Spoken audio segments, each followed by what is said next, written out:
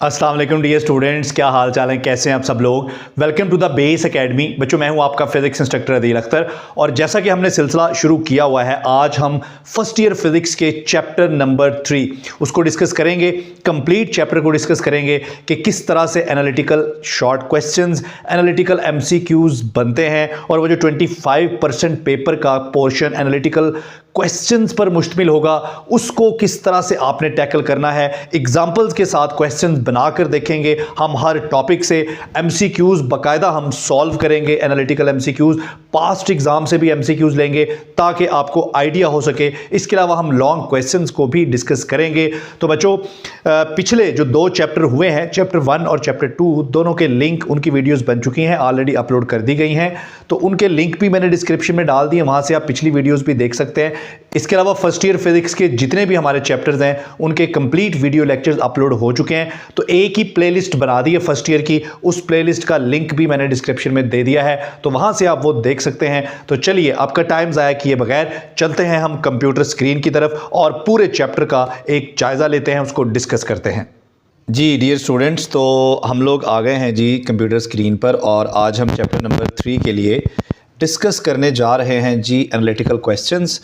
Most important जो short questions हैं हमारे, लॉन्ग क्वेश्चंस, एमसीक्यूज़, पूरे चैप्टर को हम डिस्कस करेंगे। आपको एक आइडिया हो जाएगा कि किस तरह से क्वेश्चंस चैप्टर के अंदर से, एक्स्ट्रा शॉर्ट क्वेश्चंस किस तरह से बनते हैं। कुछ हम पास्ट एग्ज़ाम से भी क्वेश्चंस लेंगे, ठीक है, ताकि एक आपको आइडिया मिले। इसी तरह से लॉन्ग क्वेश्चन को हम देखेंगे, फिर हम एमसीक्यूज़ को देखेंगे। तो जैसे कि मैंने आपको पहले भी बताया कि एक्सरसाइज के अलावा एक्स्ट्रा शॉर्ट क्वेश्चंस बहुत सारे आते हैं और वहीं से एनालिटिकल बनेंगे क्वेश्चंस। तो किस तरह के क्वेश्चंस बन सकते हैं, पास्ट एग्ज़ाम से भी आइडिया हो जाएगा और कुछ हम टेक्निक्स देखेंगे, क्वेश्चंस को देखेंगे कि वो कैसे बनते हैं। तो सबसे पहले हमारे पास ये चैप्टर स्टार्ट होता है जी डिस्टेंस एंड डिस्प्लेसमेंट से। तो यहाँ पर डिफरेंस आ सकता है बिटवीन डिस्टेंस एंड डिस्प्लेसमेंट, और यहाँ पे हमारे पास पोजीशन के एतबार से भी हम डिस्प्लेसमेंट को डिफ़ाइन कर सकते हैं, ये भी आप जहन में रखिएगा। उसके बाद हमारे पास आता है जी वेलोसिटी। तो वेलोसिटी में एक शॉर्ट क्वेश्चन जो पास्ट एग्ज़ाम में भी आया हुआ है कि इंस्टेंटेनियस और एवरेज वेलोसिटी में क्या फ़र्क है, ठीक है। अब ये क्वेश्चन 2 तरह से आ सकता है, ऐसे भी आ सकता है कि इंस्टेंटेनियस और एवरेज वेलोसिटी, इन दोनों को डिफ़ाइन करें, और साथ ये भी आ सकता है कि इंस्टेंटेनियस और एवरेज वेलोसिटी में क्या फ़र्क है। अच्छा, यहाँ पर एक एमसीक्यूज़ भी आता होता है कि if average and instantaneous velocities are equal, ठीक है, अगर ये दोनों वेलोसिटीज़ इक्वल हों तो बॉडी की जो वेलोसिटी होती है वो कौन सी होती है, वो यूनिफॉर्म वेलोसिटी होती है। यानी कि अगर कोई ऑब्जेक्ट यूनिफॉर्म वेलोसिटी से मूव कर रहा है तो उसकी जो इंस्टेंटेनियस वेलोसिटी है और एवरेज वेलोसिटी है वो क्या हो जाते हैं जी, इक्वल हो जाते हैं। अब ये चीज़ एमसीक्यूज़ बन के भी यहाँ से आ सकती है। उसके बाद मैंने लिखा है अदर टाइप्स ऑफ वेलोसिटीज़, यानी कि वेलोसिटी की जो अदर टाइप्स हैं, जैसे हमारे पास यूनिफॉर्म वेलोसिटी है, वेरिएबल वेलोसिटी है, ठीक है, उसकी डेफिनेशंस को भी आप देख लीजिएगा। उसके बाद सिमिलरली फॉर एक्सेलरेशन, ठीक है, ऐसी एक्सेलरेशन के लिए, तो एक्सेलरेशन के अंदर भी एमसीक्यूज़ बनता होता है कि इफ़ अ बॉडी या if the average and instantaneous accelerations are equal the acceleration is uniform, यानी कि अगर कोई बॉडी यूनिफॉर्म एक्सेलरेशन से मूव कर रही है तो उसके लिए जो एवरेज एक्सेलरेशन है और इंस्टेंटेनियस एक्सेलरेशन है वो इक्वल होते हैं। उसके बाद हमारे पास आ रहा है जी slope of velocity time graph. Velocity time graph की जो स्लोप है उससे बहुत सारे क्वेश्चंस आते हैं, जैसा कि slope of velocity time graph, इससे हमें क्या पता चलता है, what does velocity time graph, slope of velocity time graph shows, यानी कि वेलोसिटी टाइम ग्राफ की स्लोप से हम क्या निकाल सकते हैं जी। तो ये हमने पढ़ा था कि इससे हमारे पास क्या आ जाता है, एक्सेलरेशन आ जाता है। इसी तरह से area under the velocity time graph, area under velocity time graph से हम क्या निकाल सकते हैं, ठीक है जी, टोटल डिस्प्लेसमेंट निकाल सकते हैं। इसी तरह से क्वेश्चन आता है कि ये भी आ सकता है कि हाउ कैन वी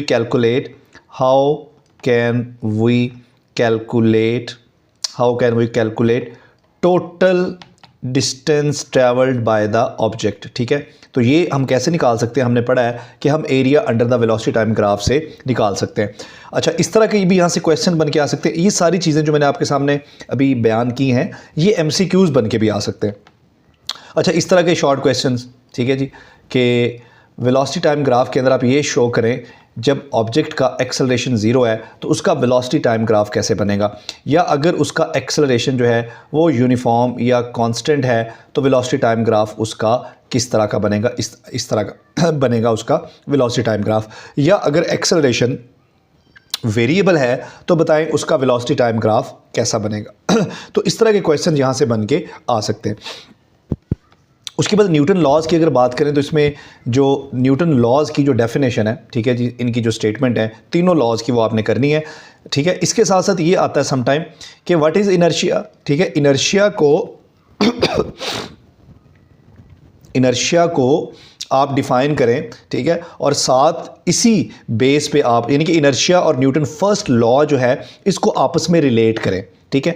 अच्छा, ये जो सेकंड क्वेश्चन लिया मैंने ये पास्ट एग्जाम से लिया, how would you elaborate the importance of head rest of the car seat, यानी कार सीट का जो हेड रेस्ट है, ठीक है, वो किस तरह से इंपॉर्टेंट है, ठीक है। अब ये एक एप्लीकेशन है न्यूटन लॉज की। उसके बाद inertial and non inertial frame of reference, ठीक है जी। इसमें इनर्शियल फ्रेम ऑफ रेफरेंस क्या होता है आपको पता है, जिसमें एक्सेलरेशन जो है वो नहीं होता, ज़ीरो होता है, वो इनर्शियल फ्रेम होता है, और जहाँ पर एक्सेलरेशन होता है, ठीक है, वो नॉन इनर्शियल फ्रेम होता है। तो इसकी डेफिनेशन या इनके दरमियान क्या फ़र्क है, फ़र्क मैंने आपको बता दिया कि जो इनर्शियल होता है इसमें एक्सेलरेशन नहीं होता, ज़ीरो एक्सेलरेशन होता है, और जो नॉन इनर्शियल फ्रेम होता है इसमें एक्सेलरेशन मौजूद होता है, ठीक है जी। उसके बाद अगर मोमेंटम एंड न्यूटन लॉज की बात करें तो इसमें एक तो डेफिनेशन आ सकती है जी आइसोलेटेड सिस्टम की, डिफाइन आइसोलेटेड सिस्टम या व्हाट इज़ आइसोलेटेड सिस्टम, ठीक है। मोमेंटम की डेफिनेशन, इम्पल्स की डेफिनेशन, इस तरह से what is relation between momentum and impulse. तो हमने पढ़ा कि जी हमारे पास जो इम्पल्स होता है that is equal to change in momentum, ठीक है जी। इम्पल्स हमने कहा कि हमारे पास F क्रॉस T के बराबर होता है, ये क्रॉस प्रोडक्ट नहीं है, सिंपल प्रोडक्ट है, ठीक है जी। तो मोमेंटम में और इम्पल्स में क्या रिलेशन है, ये शॉर्ट क्वेश्चन हो सकता है। उसके बाद हमने देखा यहाँ पर एक टॉपिक था Newton second law in terms of momentum, ठीक है। तो न्यूटन सेकंड लॉ जो है in terms of momentum, F is equal to del P over del T, यानी कि फोर्स जो है that is equal to rate of change of momentum. इसका प्रूफ भी आ सकता है, ठीक है, ये शॉर्ट क्वेश्चन आ सकता है। यहाँ पर इंटरेस्टिंग इन्फॉर्मेशन में हमारे पास एक क्वेश्चन है, which will be more effective in knocking a bear down, rubber bullet या दूसरा था लेड बुलेट।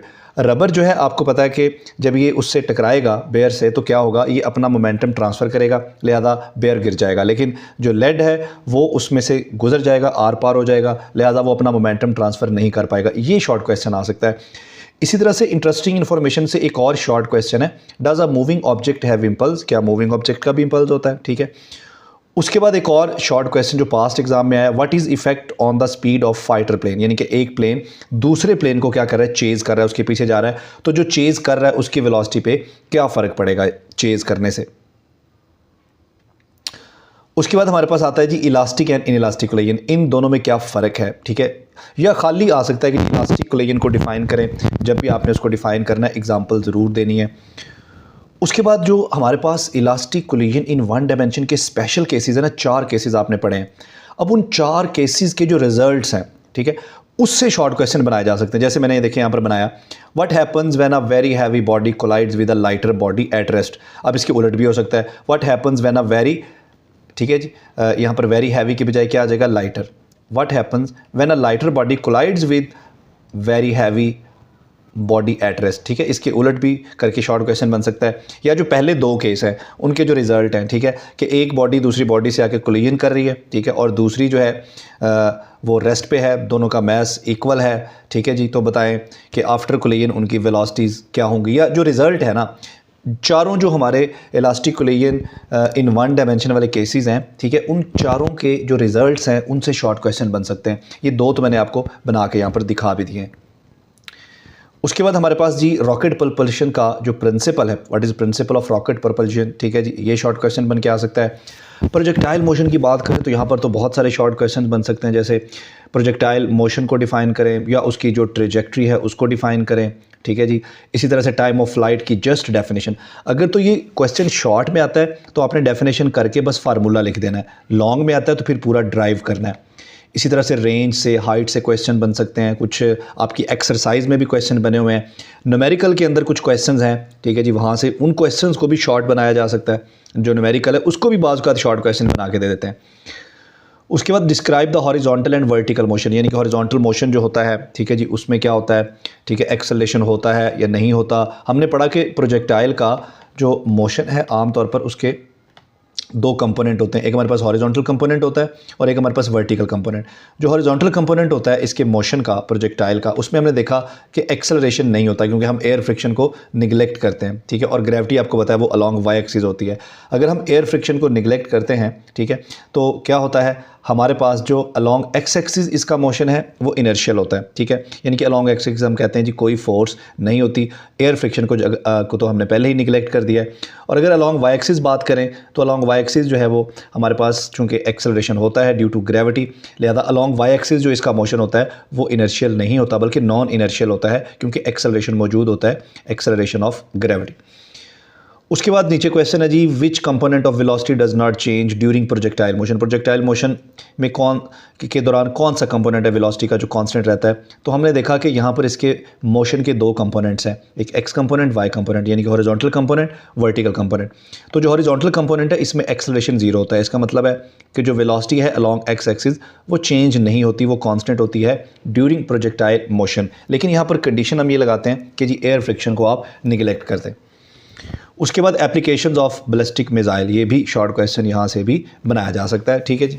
इसी तरह से हमारे पास जो मोमेंटम एंड एक्सप्लोसिव फोर्सेस हैं, force due to water flow, ठीक है जी, वहाँ से भी शॉर्ट क्वेश्चंस डेफिनेशन बनाकर बनाए जा सकते हैं। अब हमारे पास आगे है जी लॉन्ग क्वेश्चन। देखिए मैंने आपको पूरी तरह से मुकम्मल आइडिया देने की कोशिश की है, कुछ पास पेपर से भी एग्जांपल्स लिए हैं कि कैसे कैसे क्वेश्चंस बन सकते हैं। तो इस तरह से अगर आप तैयारी करेंगे तो इंशाल्लाह उम्मीद है कि चैप्टर के अंदर से आने वाले एमसीक्यूज़ और शॉर्ट क्वेश्चन भी आप कवर कर लेंगे। उसके बाद अगर लॉन्ग क्वेश्चंस की बात करें तो हमारे पास आगे मैंने यहाँ पर मेंशन किया मोस्ट रिपीटेड, यानी कि पास्ट एग्जाम में जो क्वेश्चन बार बार इस चैप्टर से लॉन्ग बन के आए हुए हैं, उसमें एक तो law of conservation of momentum है, दूसरा हमारे पास है elastic collision in one dimension, ठीक है। इलास्टिक कोलिजन वन डायमेंशन से दो लॉन्ग बनते हैं, एक तो बनता है कि आप elastic collision in one dimension को डिफाइन करें और एक्सप्लेन करें, तो उसमें एंड तक जहाँ पर हमारी वो वेलोसिटीज़ निकल आती हैं v1 माइनस v2, एंड तक जो हमारी वेलोसिटीज़ निकल आती हैं, ठीक है, इज़ इक्वल टू समथिंग, मुझे से याद नहीं आ रहा, तो वहाँ तक एक लॉन्ग क्वेश्चन बनता है। एक लॉन्ग क्वेश्चन बनता है इसके स्पेशल केसेस जो हैं, 4 स्पेशल केसेस हैं, ठीक है, वो आपसे कहेंगे कि जी इलास्टिक कोलिजन आप इसको डिफ़ाइन करें और जो केस हैं इसके उसकी वो स्टेटमेंट देंगे इस तरह से कि अ वेरी हैवी ऑब्जेक्ट, ठीक है जी, collides with a lighter object at rest, या वो कहेंगे कि जो है when mass of two objects are equal, ठीक है जी, वो कोलिजन करते हैं। तो इस तरह से वो जो स्टेटमेंट है ना आपके स्पेशल केसेस की वो आती है। अब क्वेश्चन ये है कि 4 जो है वो स्पेशल केसेस, तो क्या चारों आएंगे? नहीं, चारों आएंगे तो बहुत लेंथी हो जाएगा। 2 जो पिछले एग्ज़ाम्स के अंदर जो क्राइटेरिया चलता रहा उसमें यही था कि 2 स्पेशल केसेस जो है वो आते थे। अच्छा, उसके बाद प्रोजेक्टाइल मोशन हमारे पास आता है जी, प्रोजेक्टाइल मोशन। प्रोजेक्टाइल मोशन में सबसे पहला जो लॉन्ग क्वेश्चन आता है वो हमारे पास आता है जी हॉरिजॉन्टल प्रोजेक्टाइल, हॉरिजॉन्टल प्रोजेक्टाइल। अच्छा जी, ये कहाँ तक बनता है भला लॉन्ग क्वेश्चन? ये बनता है जहाँ पर आप एक्स एक्सिस में उसके मोशन को डिस्कस करते हैं, ठीक है जी, और यहाँ पर आप एक उसका एक्स कंपोनेंट निकालते हैं, इस तरह से आप एक वाई कंपोनेंट निकालते हैं उसके मोशन का, ठीक है जी। तो ये हॉरिजॉन्टल प्रोजेक्टाइल यहाँ तक कंप्लीट होता है। उसके बाद एक लॉन्ग क्वेश्चन यहाँ से बनता है ओब्लीक प्रोजेक्टाइल, ठीक है जी, ओब्लीक प्रोजेक्टाइल। ओब्लीक प्रोजेक्टाइल वो है जिसमें आप वेलोसिटी एंड पे कैलकुलेट करते हैं जी, फाइनल वेलोसिटी कैलकुलेट करते हैं। ये वो वाला जो हिस्सा है प्रोजेक्टाइल मोशन का, उसे हम ओब्लीक प्रोजेक्टाइल कहते हैं। ओब्लीक हम वैसे ऐसे प्रोजेक्टाइल को कहते हैं जो एक्स एक्सिस के साथ कोई एंगल बनाता है, और हॉरिजॉन्टल प्रोजेक्टाइल ऐसे प्रोजेक्टाइल को कहते हैं जब आप उसको फायर करते हैं या थ्रो करते हैं तो एक्स एक्सिस के साथ उसका जो एंगल है वो 0 होता है, ठीक है। तो ये मैंने आपको बता भी दिया कि ओब्लीक कहाँ तक है, कहाँ से कहाँ तक है। ओब्लीक आपका वहाँ से शुरू होता है जहाँ आप फाइनल कंपोनेंट निकालते हैं वेलोसिटी का अगला हिस्सा, और हॉरिजॉन्टल प्रोजेक्टाइल वहाँ पे ख़त्म होता है जहाँ पर आपने एक्स और वाई कंपोनेंट इसके मोशन के डिस्कस किए थे। उसके बाद इसकी जो है, इसकी जो टाइम ऑफ फ्लाइट है, इसका जो हाइट है, इसकी जो रेंज है, उनकी जो डेरिवेशंस हैं वो लॉन्ग क्वेश्चन में आई हुई हैं। उसके बाद अदर लॉन्ग क्वेश्चन जो बन सकते हैं, एक तो वो मोस्ट रिपीटेड थे ना, यानी कि वो बार बार वो क्वेश्चन लॉन्ग बन के आए हुए हैं। कुछ ऐसे क्वेश्चन जो बहुत कम आए हुए हैं लेकिन लॉन्ग वहाँ से बनाए जा सकते हैं, जैसे हमारे पास रॉकेट प्रोपल्शन है, बैलिस्टिक मिसाइल है और मोमेंटम एंड एक्सप्लोसिव फोर्सेज हैं। तो ये मैंने आपको एक आइडिया दिया, क्योंकि आपने इनको तैयार तो करना ही करना है, तो ये जहन बना के करें कि अगर फॉर एग्जाम्पल कोई इस तरह का क्वेश्चन भी वो दे देते हैं जो मोस्ट रिपीटेड या जिसको हम कहते हैं जी ये बड़ा इंपॉर्टेंट है, बड़ा इंपॉर्टेंट है क्योंकि ये बार बार आता है, तो अगर वो ना भी आए, कोई दूसरा भी आ जाए, तो आपको आइडिया होना चाहिए कि कौन कौन से क्वेश्चंस आ सकते हैं। ठीक है, उसके बाद हमारे पास बारी आ गई जी मल्टीपल चॉइस क्वेश्चंस की। अब ये जो मल्टीपल चॉइस क्वेश्चंस हैं एनालिटिकल कैसे बनते हैं, इसके लिए जो पास्ट एग्जाम में क्वेश्चंस आए हैं वहाँ से मैंने कुछ लिए हैं क्वेश्चंस, वो मैं आपके साथ शेयर करता हूँ। ठीक है जी, उसको हम डिस्कस करते हैं, तो वहाँ से आपको आइडिया हो जाएगा कि किस तरह से MCQs बनते हैं। तो चलते अब हम MCQs को डिस्कस करने, लेकिन उससे पहले अगर आपने हमारा चैनल सब्सक्राइब नहीं किया तो आपसे रिक्वेस्ट है कि सब्सक्राइब कर लें, अभी कर लें जल्दी से, और वीडियो को लाइक भी कर दें, और अगर आपको ये वीडियो अच्छी लग रही है तो अपने दोस्तों के साथ शेयर भी ज़रूर कीजिएगा। चलें तो MCQs करते हैं। Distance covered by a free falling body in 2 second. बच्चों अगर कोई बॉडी फ्री फॉल कर रही है, ठीक है, जब भी कोई चीज़ फ्री फॉल करती है उसकी इनिशियल वेलोसिटी क्या हो जाती है, 0। तो हमने सेकंड इक्वेशन ऑफ मोशन में पढ़ा हुआ है h is equal to VIT plus half GT²। बच्चों ये तो 0 हो जाएगा क्योंकि इनिशियल वेलोसिटी 0 है, तो h is equal to half GT²। तो हाफ मल्टीप्लाई बाय g होता है 9.8 और टाइम यहाँ पे 2 दिया है। बच्चों आप इसको सॉल्व कर लें, आपका आंसर आ जाएगा 19.6 मीटर। नेक्स्ट क्वेश्चन है time rate of change of momentum. Time यानी कि टाइम का जिक्र आ रहा है, तो इसका मतलब है dp/dt। बच्चों ये बराबर होता है फोर्स के।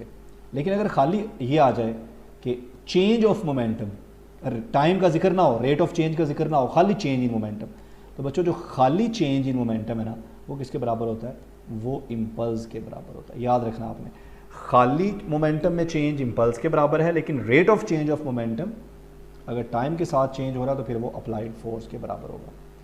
नेक्स्ट क्वेश्चन बच्चों आपको पता है प्रोजेक्टाइल मोशन हमारा क्या होता है, 2 डायमेंशनल होता है। उसके बाद हॉरिजॉन्टल रेंज और मैक्सिमम रेंज को कैसे रिलेट कर सकते हैं। बच्चों आपको पता है जो रेंज होती है that is VI² sin 2θ/g, और अगर थीटा पुट कर दिया जाए 45 डिग्री तो रेंज हो जाएगी मैक्सिमम, जो कि बराबर होगी V²/g। ठीक है बच्चों, अब देखें ये जो VI²/g है ये किसके बराबर है, ये R के बराबर, R मैक्स के बराबर है। इसका मतलब है कि इस इक्वेशन में R is equal to VI²/g की जगह मैं पुट कर सकता हूँ R मैक्स और साथ में sin 2θ। लो बच्चों ये आ गया है हमारा आंसर, जो कि ऑप्शन ए है।